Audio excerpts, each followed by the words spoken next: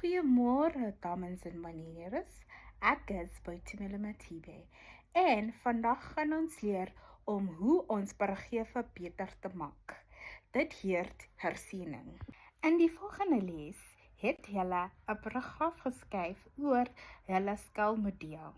Baie goed, maar 'n skrywer stop nie na die eerste skryf nie. 'n Skrywer kyk weer na vrae. Kan ek dit beter maak? Vandag gaan ons in 'n paar werk. Ons noem dit peer link up check. Dit beteken jy en jou maat help mekaar. Laat ons begin.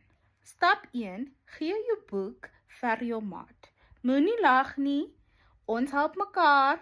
Stap 2, lees jou maat se werk. Kyk na hierdie 3 dinge.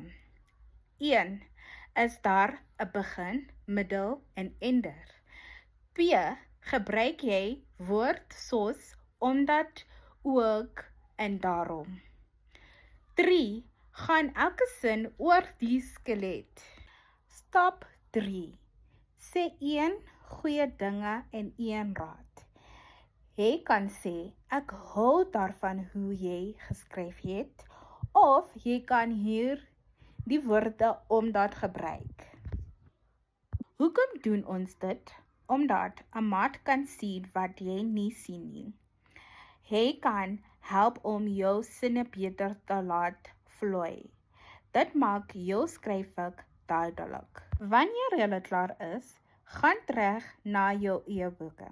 Maak die veranderings wat jou maat gesê het. Onthou, niemand skryf perfek die eerste keer nie. Ons word beter deur te oefen en te verbeter. Ons les eindig hier vir vandag. Totsiens julle.